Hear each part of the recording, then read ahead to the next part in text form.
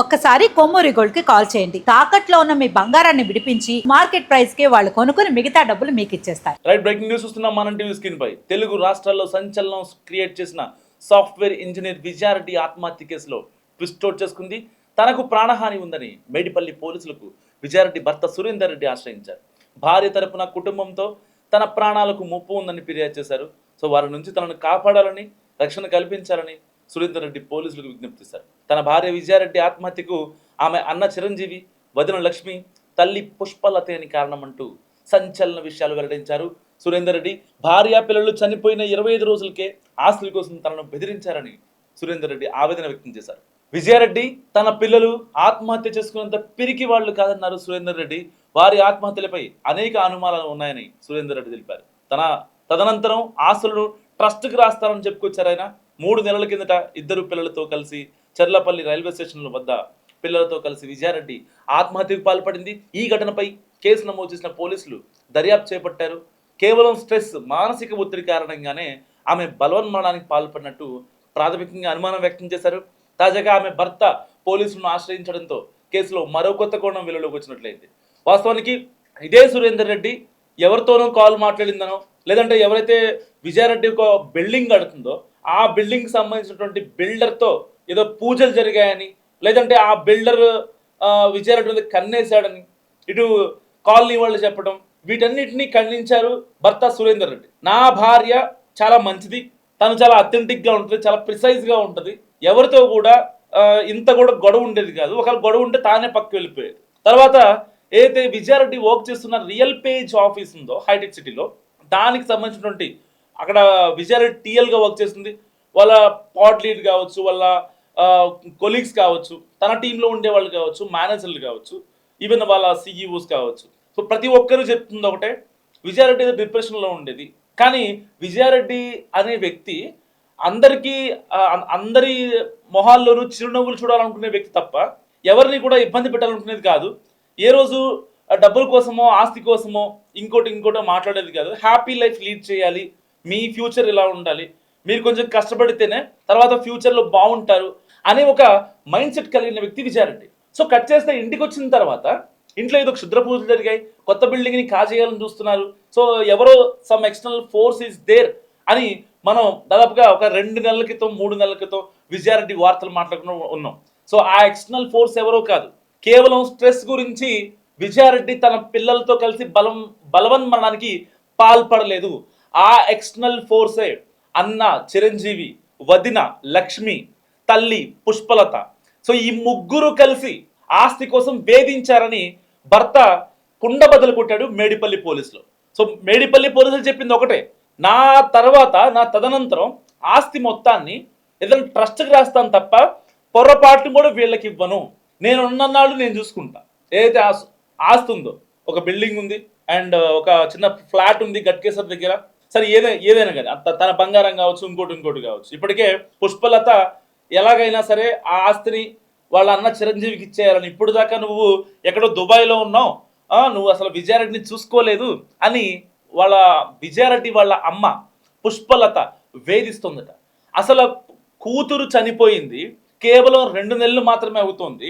ఇలాంటి సిచ్యువేషన్లో అసలు కనీసం మరి రేపటి ఏమనుకుంటారు, రేపు వేరే వాళ్ళు తెలిస్తే ఇప్పుడే ఆస్తులన్నీ పంచుకుంటున్నారంటే ఇది ప్రీ ప్లాన్ అనుకుంటారు అని అసలు ఆవిడకి లేదు ఇంకా. సో విజయారెడ్డి కేసు గురించి అందరూ మర్చిపోయారు. ఏదైతే ఆ పోస్ట్ మార్టం రిపోర్ట్లు వచ్చేసాయి అండ్ దానికి సంబంధించిన కాల్ డేటా రికార్డ్స్ కావచ్చు, ఇక్కడ నాంపల్లిలో ఎఫ్ఎస్ఎల్ ఆఫీస్ దగ్ధమయ్యేసరికి కాస్త ఈ కేసు యొక్క విచారణ వేగవంతం కాలేదు వాస్తవాన్ని చెప్పుకోవాలంటే. ఎందుకంటే 2 తెలుగు రాష్ట్రాల్లో అంత సెన్సేషన్ క్రియేట్ చేసినటువంటి విజయారెడ్డి కేసులో అసలు ఎందుకు న్యాయం జరగలేదు అని చెప్పి చాలా మంది మాట్లాడుకున్నారు. అసలు విజయారెడ్డి ఏంటి, 2 పిల్లలు, ఒక అమ్మాయి 10th, ఒక అబ్బాయి ఇంటరు, అలాంటి వాళ్ళు నీట్కి ఐఐటికి ప్రిపేర్ అవుతుంటే అలాంటి వాళ్ళని పిలుచుకొని వచ్చి హాస్టల్ నుంచి అమ్మాయిని ఆ రోజున ఒక రోజు ముందుగానే రమ్మని చెప్పి అండ్ దాని తర్వాత వాళ్ళ కొడుకుని రమ్మని చెప్పి ఇద్దరిని తీసుకొని చర్లపల్లి రైల్వే స్టేషన్ ముందుకు వచ్చి అక్కడ వాళ్ళ పిల్లలకి చెప్తుంది. సో అంటే ఒక సైకలాజికల్గా వాళ్ళ బ్రెయిన్ని అంటే రెడీ చేస్తుంది ఒక ఇన్ఫ్లుయెన్స్ మేనర్లో. అంటే వీళ్ళు నా మాట వింటారు, సో ఎలాంటి ఇబ్బంది లేదు నాకు, ఒకవేళ వీళ్ళని తీసుకెళ్ళిపోతే ఇంకా నాతోనే ప్రశాంతంగా వచ్చేస్తారు. ఇక మళ్ళీ తర్వాత వీళ్ళు ఒకవేళ ఉన్నారు అంటే, మిగిలారు అంటే, ప్రాణాలతో మిగిలారు అంటే తల్లి పుష్పలత కావచ్చు, అన్న చిరంజీవి కావచ్చు, వదిన లక్ష్మి కావచ్చు, వీళ్ళు చూసే ఛాన్స్ లేదు అని ఫిక్స్ అయింది. So this is the module. So ఇక్కడ ఆవిడ స్ట్రెస్ కాదు, పాడు కాదు. ఇప్పటిదాకా ఆవిడకి స్ట్రెస్. సో అంటే ఆబ్వియస్లీ మనం టీవీలో మనం దాదాపుగా ఒక 10 వీడియోలు చేసాం. సో ఆ 10 వీడియోలు లక్షల్లో వ్యూవర్షిప్ ఉన్నాయి.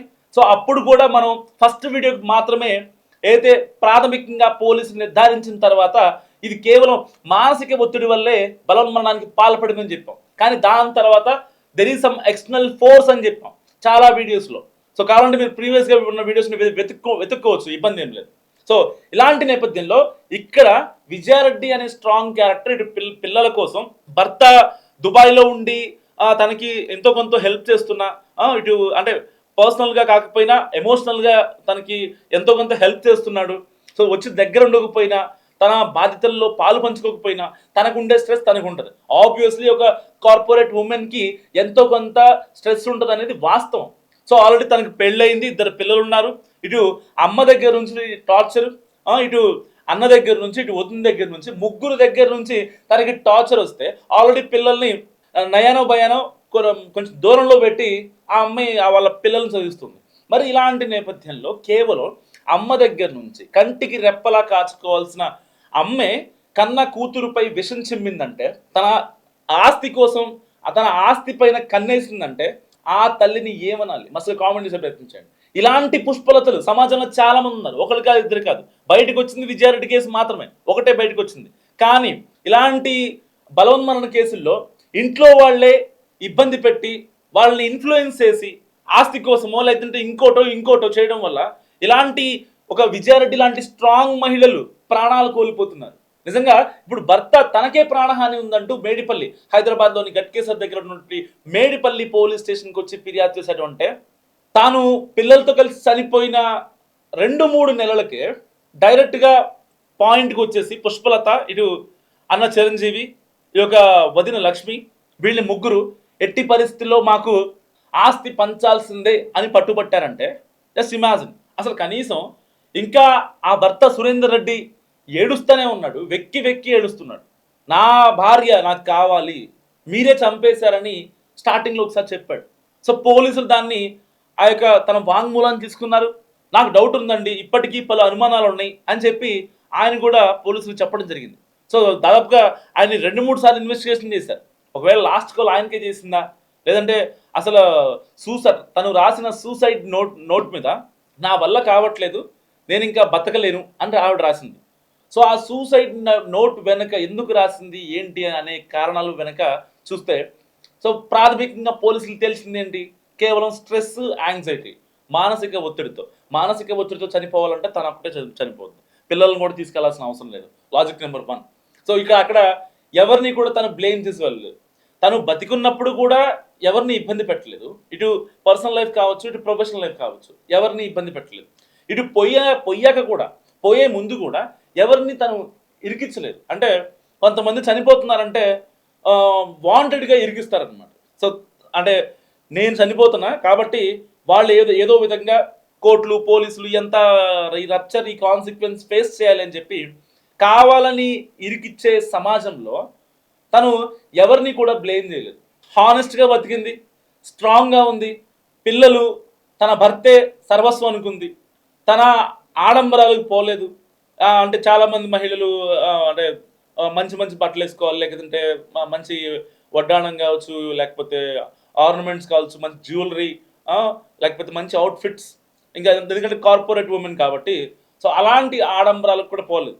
ఎంత వచ్చినా సరే అది పిల్లలకి, నాకే, నా సేవింగ్స్, సో అవి పిల్లలకు ఉపయోగపడతాయి అనే మాడ్యూల్లోనే విజయారెడ్డి తన లాస్ట్ బ్రీత్ వరకు తను నిజంగా పిల్లల కోసం బతికింది. ఇలాంటి నేపథ్యంలో ఇప్పుడు తన భర్తే వచ్చి లేదు నాకు ప్రాణహాని ఉంది అని అనడంతో నిజంగా ఈ యొక్క అమ్మ పుష్పలత కావచ్చు, అన్న చిరంజీవి కావచ్చు, ఇటు వదిన లక్ష్మి కావచ్చు, సో వీళ్ళందరికీ అర్థమైపోయింది ఎట్టి పరిస్థితిలో మేము బుక్ అయిపోతాం అనే ఒక వాదనకు వచ్చేసారు. అది కన్విన్స్ చేయడం కోసం, అది కవర్ చేయడం కోసం దాదాపుగా 3 నెలలు తాపత్రయపడ్డారు ముగ్గురు. ఏదైతే కొత్త బిల్డింగ్ కడుతుందో విజయారెడ్డి చాలా ఇష్టంగా ఒక బిల్డింగ్ కడుతున్నారు గట్కేసర్లు, ఆ బిల్డింగ్ కూడా నాకే కావాలంటూ ఇప్పుడు వాళ్ళు రోడ్డు మీదకి రావడం జరిగింది. దీన్ని ఖండించిన వాళ్ళ భర్త ఎట్టి పరిస్థితుల్లో విజయారెడ్డి ఆస్తి కావచ్చు, ఏదున్నా తులం ఉన్నా పొలం ఉన్నా ఏదున్నా సరే దాన్ని నా తదనంతరం ఏదైనా ట్రస్ట్కి రాస్తాను తప్ప మీకు మాత్రం రానివ్వను. ఆల్రెడీ మీరు నా భార్యని నా పిల్లల్ని చంపడానికి కారణమయ్యారు మీరు. నేను దుబాయ్లో ఉంటే నాకు ఎలాంటి విషయాలు తెలియకుండా ఆ అమ్మాయిని టార్చర్ పెట్టి, ఆ అమ్మాయిని ఇబ్బంది పెట్టి, ఆ అమ్మాయి బలవన్మరణానికి పాల్పడేలాగా తెలుగు రాష్ట్రాల్లో సెన్సేషన్ విజయారెడ్డి కేసు అంటే. సో మరి ఇలాంటి నేపథ్యంలో వాళ్ళ ముగ్గురిని ఏం చేయాలో మస్తుగా కామెంట్ చేసి ప్రయత్నించండి.